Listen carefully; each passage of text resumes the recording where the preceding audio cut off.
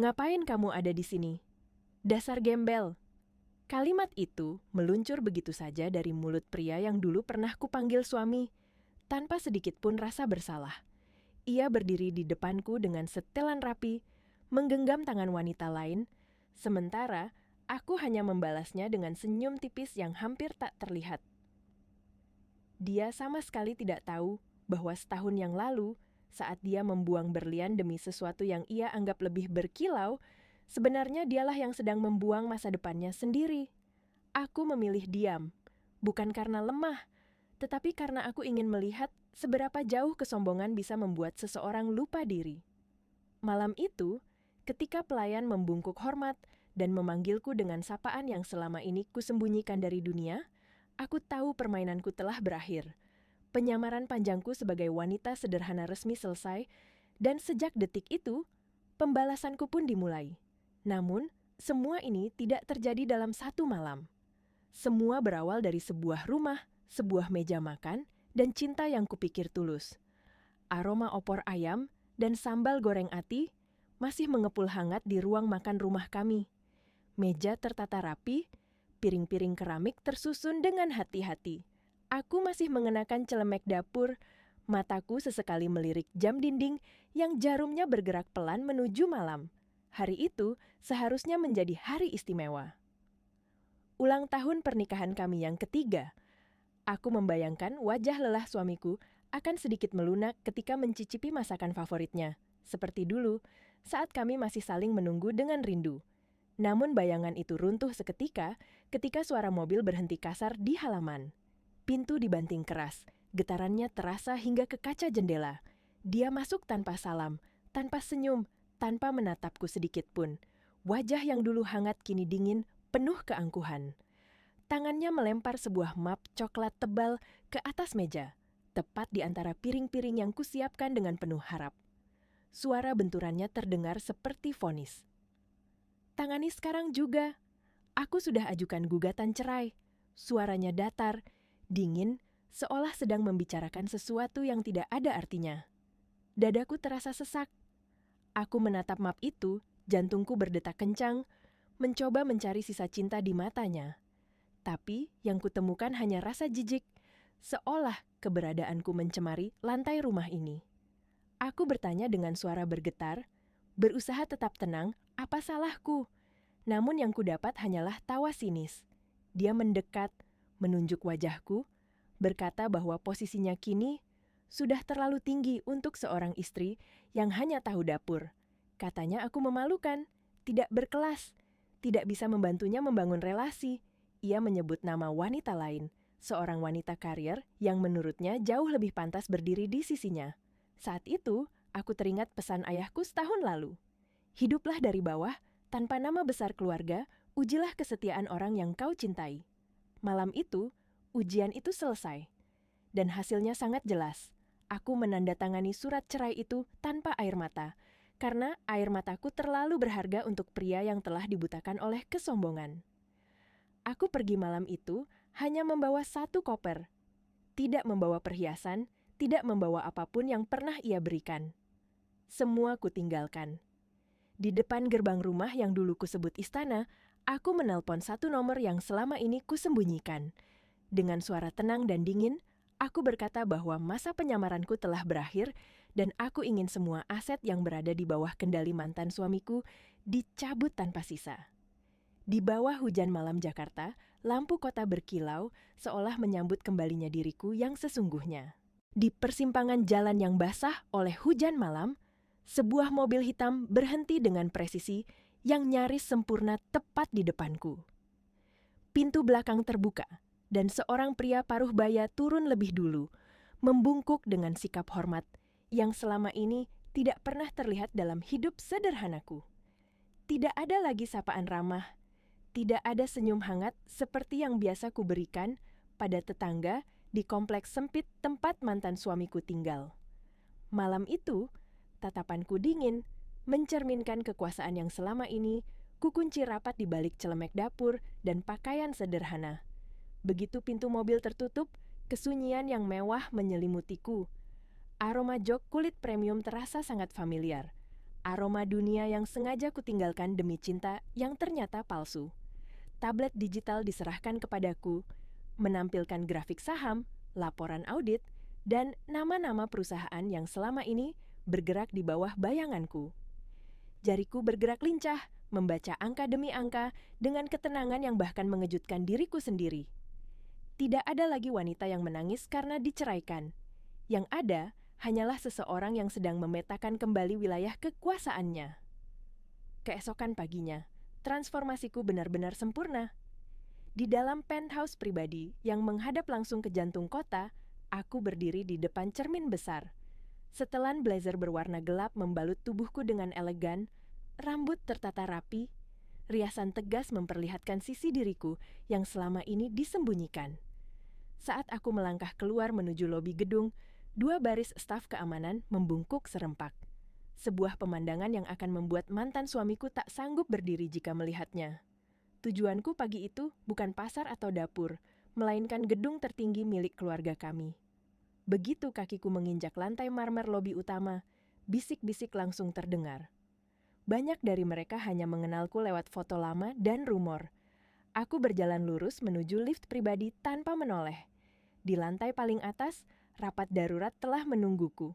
Semua berdiri saat aku masuk. Tidak satu pun berani duduk sebelum aku menempati kursi utama. Dengan suara tenang namun penuh wibawa, aku mengambil alih operasional harian. Aku memerintahkan peninjauan ulang seluruh kerjasama, terutama di sektor properti. Nama perusahaan tempat mantan suamiku bekerja muncul di layar. Sebuah senyum tipis tersungging.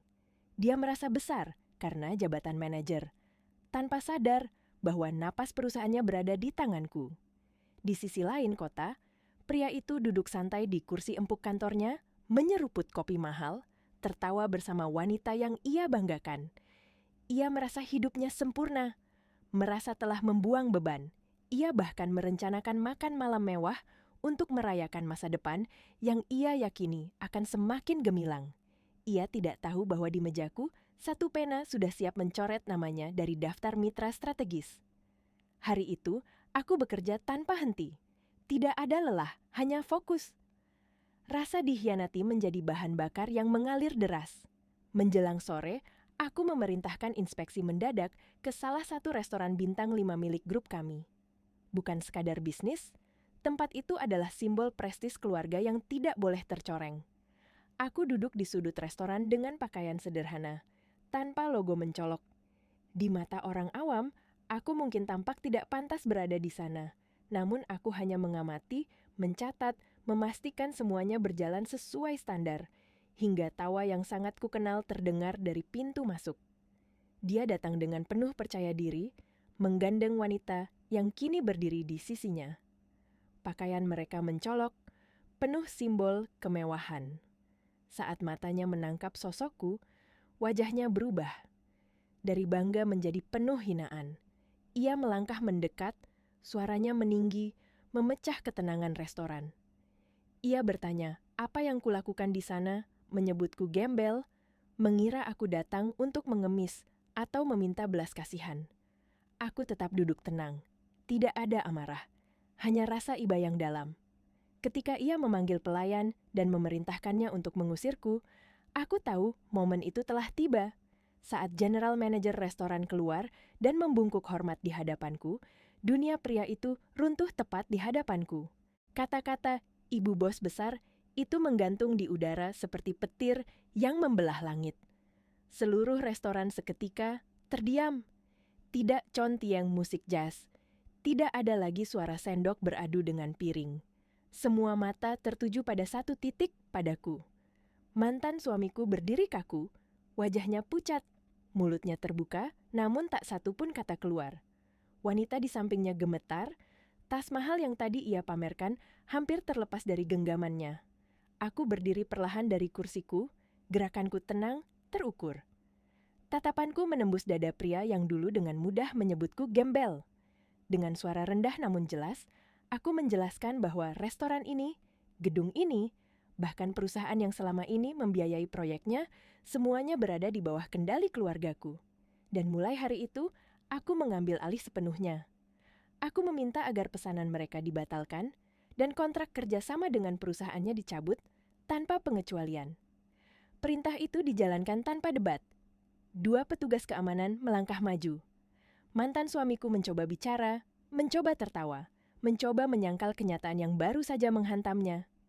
Namun, suara itu tenggelam dalam tatapan jijik para tamu yang tadi ia banggakan. Ia dan wanita itu digiring keluar seperti penyusup, tanpa kehormatan, tanpa sisa harga diri. Aku kembali duduk, meraih gelas air mineral dengan tangan yang stabil. Dari balik kaca besar, kota Jakarta tetap berkilau, indah, dingin, tak peduli pada kehancuran seseorang. Namun bagi pria itu, malam itu adalah awal dari kegelapan yang panjang. Keesokan paginya, ia berangkat ke kantor dengan perasaan cemas yang tak bisa ia jelaskan. Sesuatu di dalam dirinya tahu bahwa hidupnya tidak akan pernah sama. Begitu ia melangkah ke lobi, suasana yang biasanya penuh senyum berubah menjadi dingin. Tidak ada sapaan, tidak ada hormat. Ia dipanggil ke ruang direktur utama tanpa penjelasan. Di ruangan itu, sebuah surat resmi telah menunggunya. Kop suratnya membuat jantungnya berdegup kencang. Semua pendanaan dicabut, semua kemitraan dibatalkan. Alasan yang tertulis singkat namun mematikan, ketidakcocokan nilai moral dan integritas. Ia mencoba membela diri, mencoba menjelaskan, namun semuanya terlambat. Dalam hitungan menit, jabatannya dicabut, fasilitas ditarik, dan namanya dihapus dari proyek yang selama ini ia banggakan. Ia keluar dari kantor dengan langkah limbung. Di meja kerjanya, barang-barangnya sudah dikemas. Tidak ada simpati, hanya tatapan dingin. Ia menelepon wanita yang ia pilih menggantikanku, berharap mendapatkan penguatan. Namun, yang ia dapatkan hanyalah keluhan tentang tas mahal dan gaya hidup yang tak lagi bisa ia biayai. Panggilan itu ditutup dengan tawa dingin dan kata-kata yang lebih menyakitkan daripada tamparan. Sore itu, ia duduk sendirian di bangku taman, menatap layar besar di gedung pencakar langit yang menampilkan wajahku sebagai CEO baru. Saat itulah ia sadar, wanita yang ia buang dengan hinaan ternyata adalah satu-satunya penopang hidupnya. Dan kini, penopang itu telah pergi untuk selamanya. Malam itu, ia pulang ke apartemen mewah yang sebentar lagi tidak lagi menjadi miliknya. Lampu-lampu kota masih menyala seperti biasa, tetapi baginya semuanya terasa asing. Di lobi gedung, beberapa petugas keamanan berdiri dengan ekspresi kaku. Tidak ada lagi sapaan ramah. Tidak ada lagi pintu yang dibukakan.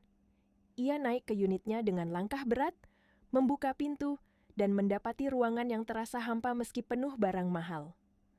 Wanita yang dulu ia banggakan berjalan mondar-mandir dengan wajah kesal, mengeluh tentang udara panas, tentang pendingin ruangan yang mulai bermasalah, tentang hidup yang tiba-tiba terasa tidak adil.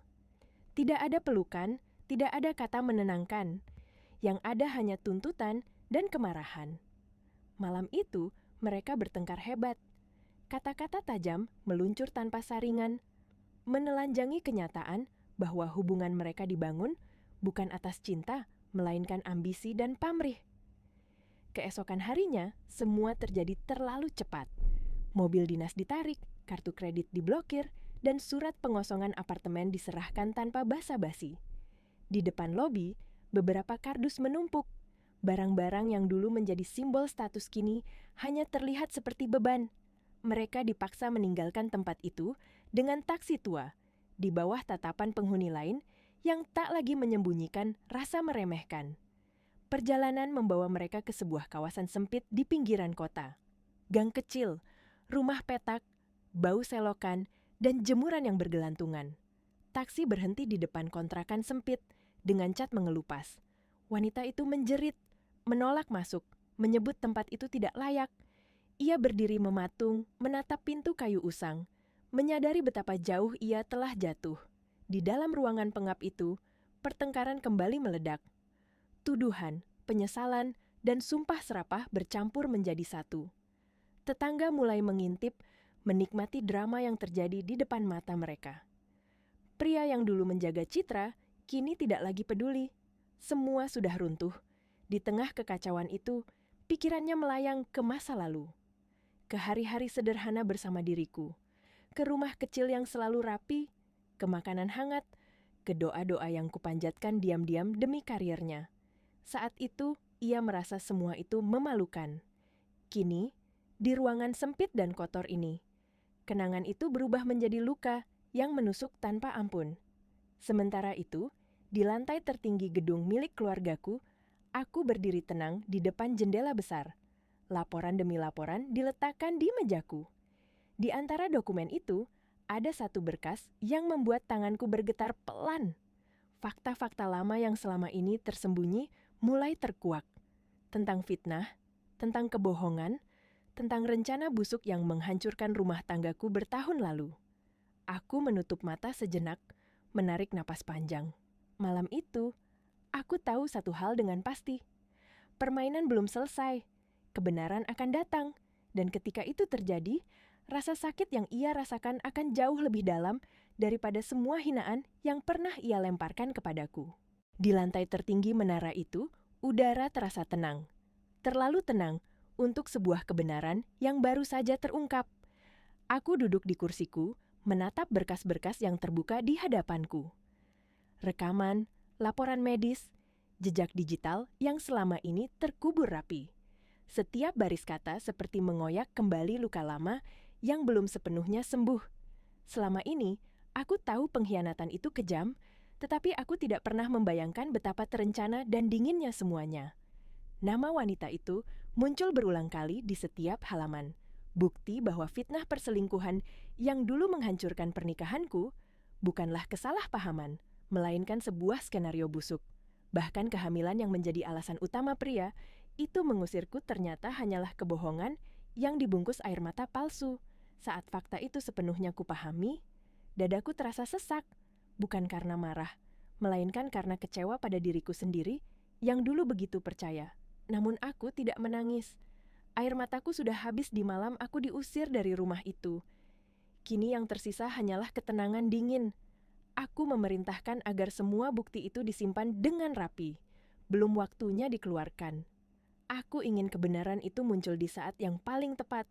Di saat pria itu merasa tidak punya siapa-siapa lagi untuk berpegangan. Sementara itu, di kontrakan sempit yang pengap, pria itu terbaring di atas kasur lipat dengan punggung pegal dan kepala berdenyut.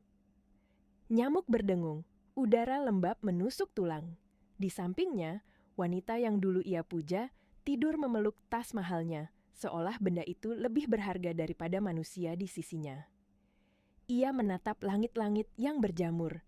Pikirannya dipenuhi bayangan masa lalu yang tak bisa lagi ia kejar. Beberapa hari berlalu dan hidupnya semakin runtuh. Ia mencoba mencari pekerjaan, mendatangi kantor-kantor kecil, menawarkan pengalaman dan nama yang dulu dibanggakan. Namun setiap kali ia menyebut identitasnya, ekspresi orang-orang berubah. Berita tentang insiden di restoran mewah dan pembatalan kontrak telah menyebar. Namanya kini menjadi beban, bukan lagi kebanggaan. Suatu sore, ia berhenti di depan sebuah toko elektronik. Di layar televisi, wajahku muncul bersama seorang pria lain berdiri di lokasi proyek sosial yang baru diresmikan. Aku tersenyum, bukan senyum penuh kemenangan, melainkan senyum seseorang yang akhirnya bebas. Tatapan pria itu kosong.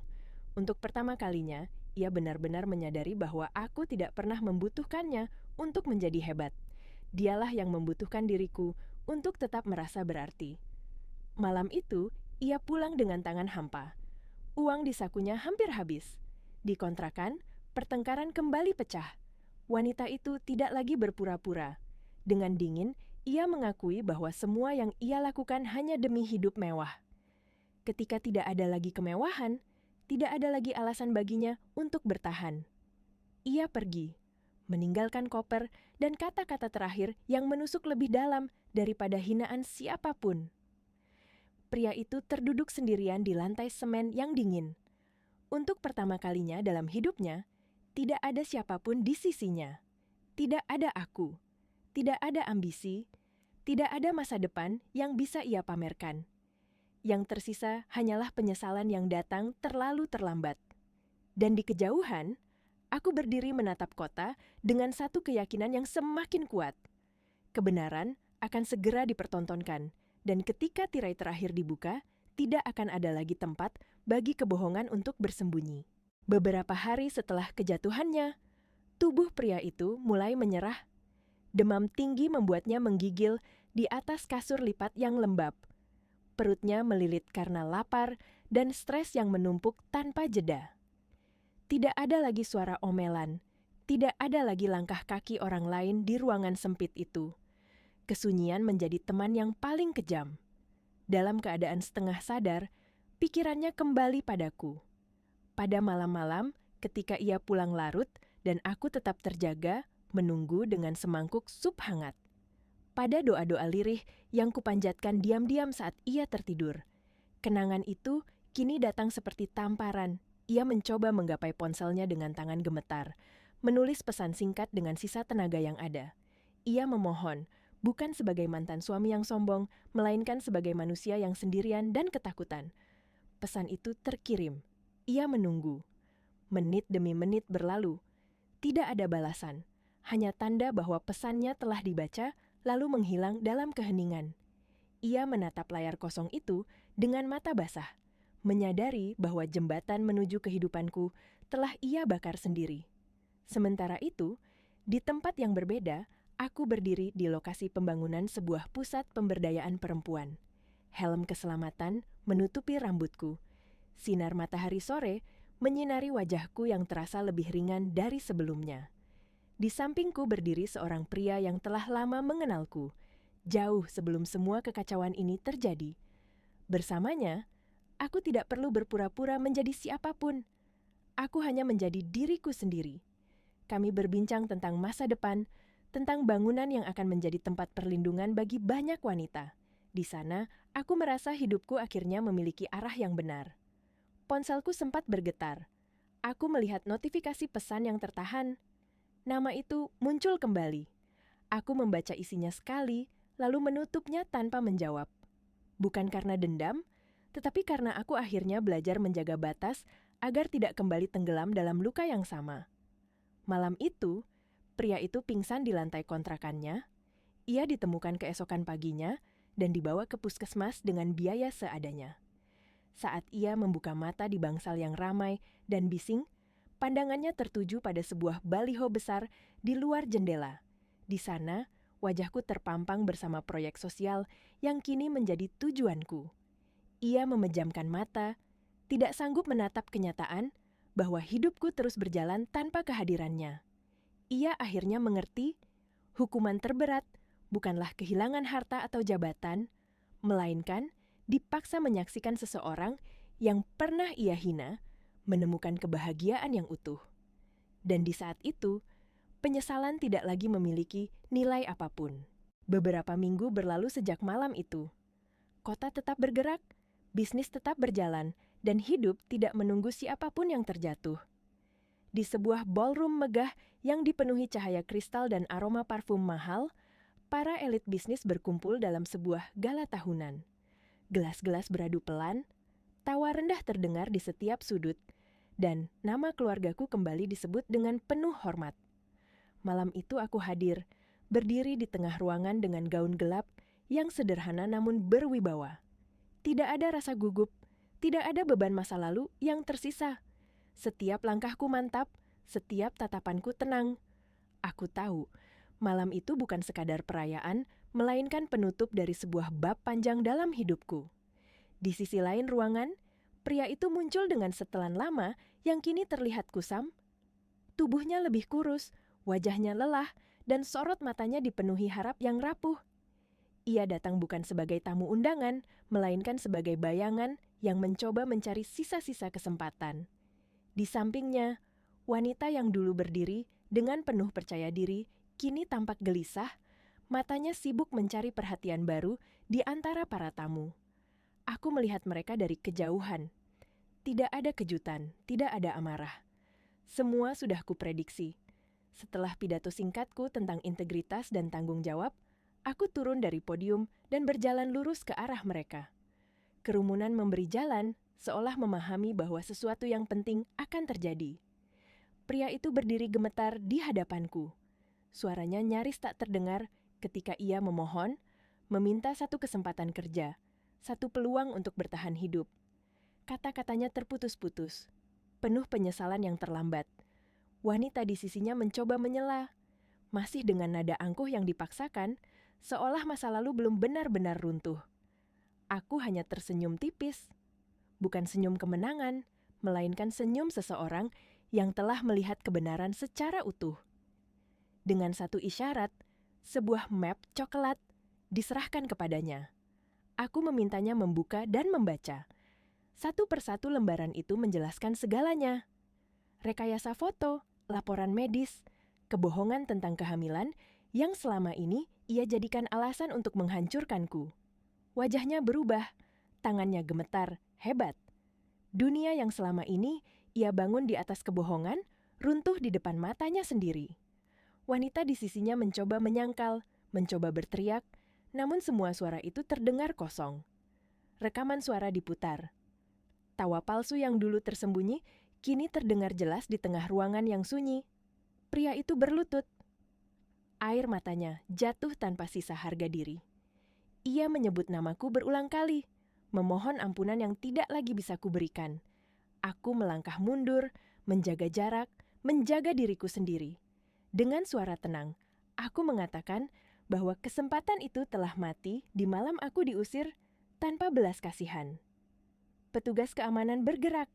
Mereka digiring keluar dari ballroom di bawah tatapan ratusan pasang mata yang kini melihat mereka sebagai apa adanya.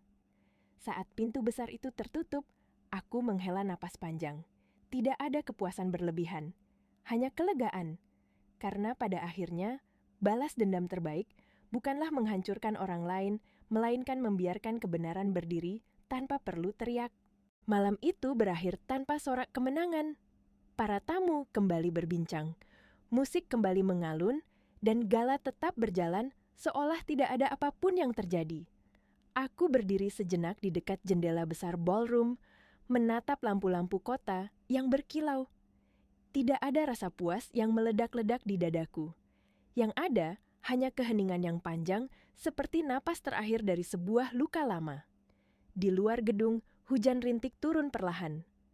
Pria itu dan wanita yang dulu berdiri angkuh di sisinya kini berjalan tanpa arah, diseret oleh rasa malu dan kehancuran yang tak lagi bisa disembunyikan.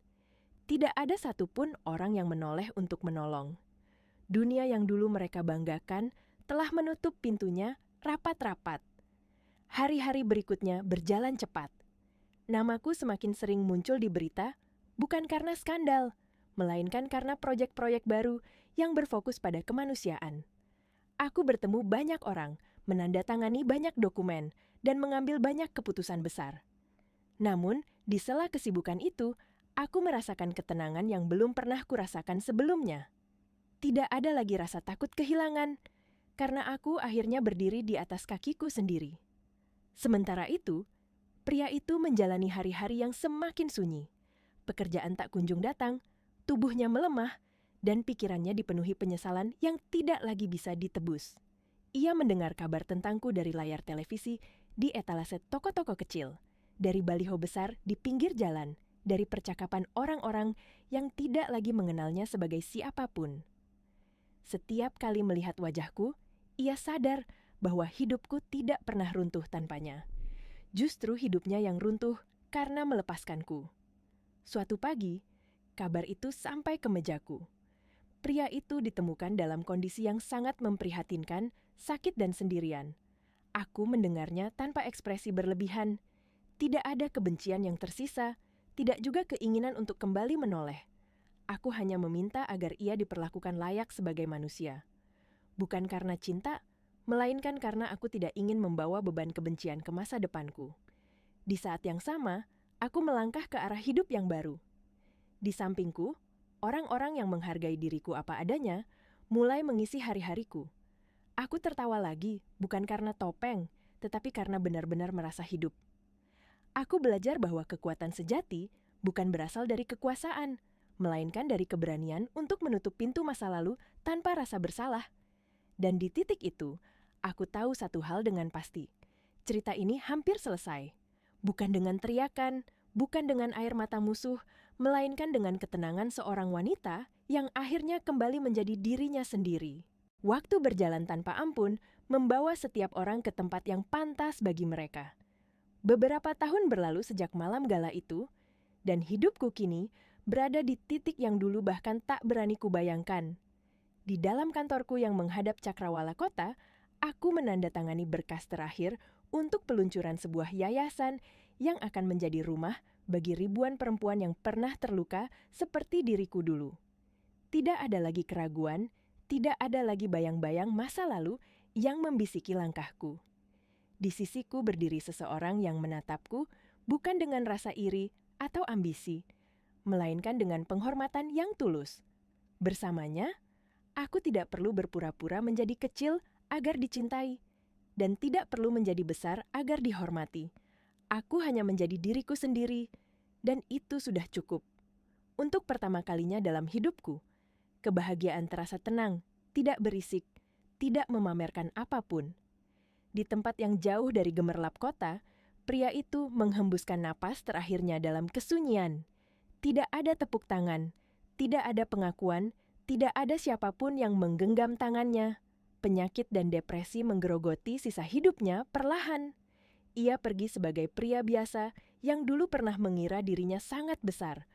Kabar itu sampai kepadaku dalam laporan singkat. Aku membacanya tanpa senyum, tanpa air mata. Bagiku, ia telah lama mati sejak malam ia mengusirku dengan hinaan. Wanita yang menjadi awal dari semua kebohongan itu juga tidak pernah benar-benar menang. Ambisinya menyeretnya ke dalam kasus penipuan besar, dan akhirnya ia harus mendekam di balik jeruji besi. Kecantikan dan kesombongannya pudar ditelan waktu, meninggalkan dirinya sendiri bersama pilihan-pilihan yang tak bisa lagi ia tarik kembali. Saat mendengar semua itu, aku tidak merasa puas. Yang kurasakan hanyalah kelegaan, karena keadilan tidak selalu datang dengan sorak-sorai. Terkadang ia hadir dalam bentuk sunyi, memastikan setiap orang memetik hasil dari apa yang mereka tanam. Aku berdiri di balkon, menatap matahari terbenam dengan napas panjang. Masa laluku kini benar-benar tertutup. Aku bukan lagi wanita yang pernah disebut gembel, bukan pula korban dari kesombongan orang lain. Aku adalah diriku sendiri, utuh, berdiri tegak, dan melangkah maju tanpa membawa kebencian. Dan di titik itulah aku memahami satu kebenaran sederhana. Kesombongan yang dibangun di atas penderitaan orang lain akan selalu berakhir dalam kehancuran yang sepi.